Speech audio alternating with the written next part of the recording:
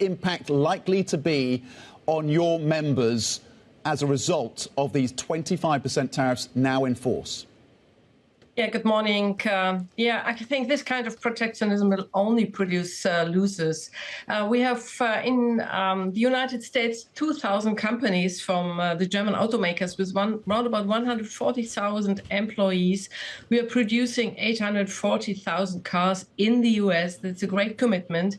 And we are able to produce cars for the consumers with prices that are for them available. This kind of tariffs leads only to a spiral of protectionism. The products will be much more expensive. We will higher inflation rate, and that causes all the consumers in the US. Well, President Trump wants your members to build more factories and have more exposure and more production in the US. Are they prepared to do that? Will they be doing that? That's absolutely open because there are not clear investment procedures with the president acting like this. We are invested in the US. We have a great commitment to the US. It's absolutely open to invest more at the moment. Will we be seeing further factory closures and job losses in Germany as a result of these tariffs?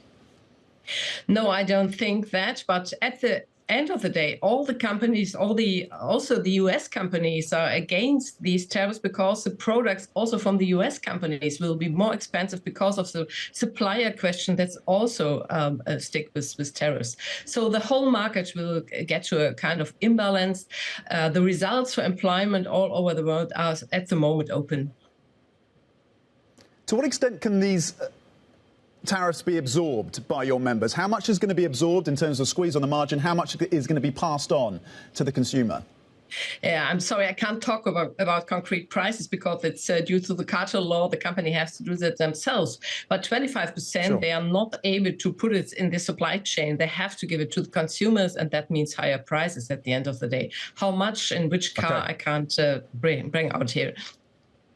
OK, but higher prices are coming for the consumer. Reports that Mercedes are looking to pull one of its lower-end models from the US market. Do you expect other models to be pulled from the US market from other automakers?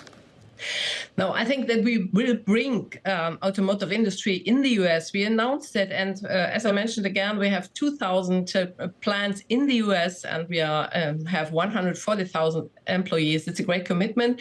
We want to share not only markets, we also want to share the supply chain. So we are in an ongoing discussion. We can't see that the tariffs support this line, and at the moment, the whole international supply chain will be mixed new.